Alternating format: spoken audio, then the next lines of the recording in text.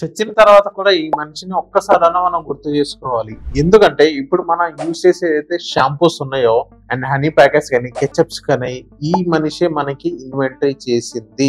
So ఎలా inventory చేశాడంటే గతంలో ఏదైతే 19s అప్పుడు మనం చూసుకున్నట్లయితే షాంపూస్ అనేది రిచ్ కిడ్స్ మాత్రమే యూజ్ చేసేటోళ్ళు. సో ఏంటంటే అక్కడ బిలో పవర్టీ లెవెల్ ఎవరైతే ఉన్నారో అక్కడ వాళ్ళ పిల్లల హెయిర్ అనేది చాలా స్టిక్కీగా చాలా రఫ్ గా ఉండేది.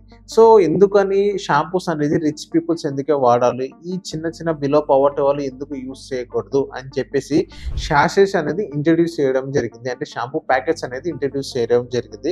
సో ఆయన ఎవరో కాదు, చిన్ని కృష్ణ ఆయన కుడలూరులో ఆయన జన్మించడం జరిగింది. సో ఇక్కడ మనం చూసుకున్నట్లయితే ఏదైతే ఇప్పుడు మన షాంపూ ప్యాకెట్స్ కానీ ఏదైతే కెచప్స్ కానీ హనీ కానీ సో ఇలా ఏదైతే ₹1 ప్యాకెట్స్ ఏదైతే మనం చూస్తున్నామో అది ఈ మనిషి ఇన్వెంటరీ చేసింది. ఒక చిన్న మాన్యువల్ మిషన్ తీసుకుని అక్కడ నుంచి అయినా ప్యాకేజింగ్ చేయడం స్టార్ట్ చేయడం జరిగింది. సో దాన్ని చూసి అందరూ అలా కాపీ కొట్టడం జరిగింది. సో చిన్ని కృష్ణ 2 లక్షల బ్యాంక్ లోన్ తో ఆయన చావడం జరిగింది. తర్వాత ఆయన హౌస్ కూడా బ్యాంక్ వాళ్ళు దాన్ని జప్తు చేసుకోవడం జరిగింది. అండ్ ఇప్పుడు వాళ్ళ పిల్లలు అనేది బిజినెస్ అనేది టేక్ ఓవర్ చేయడం జరిగింది. వాళ్ళ బిజినెస్ ఏంటంటే ఇప్పుడు వెల్వెట్ షాంపూస్ ఏదైతే మనం యూస్ చేస్తామో వెల్వెట్ షాంపూ వచ్చేసి ₹2 అండ్ చిక్ షాంపూ అనేది అందరి ఇంట్లో ఉంటుంది.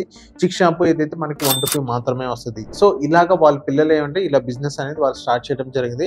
ఇప్పుడు కొన్ని కోట్ల వరకు వాళ్ళు టర్న్ ఓవర్ చేస్తున్నారు. సో ఇప్పుడు మన ప్రతి మిడిల్ క్లాస్ వాళ్ళ ప్రతి ఇంట్లో షాంపూ ప్యాకెట్స్ కానీ కెచప్ ప్యాకెట్స్ కానీ ఇలా ఉంటుంది. సో అలా ఉండడానికి రీజన్ చిన్ని కృష్ణ గారు అనమాట. అండ్ ఈ వీడియో మీకు ఎలా అనిపించిందో కింద కమెంట్ చేయండి.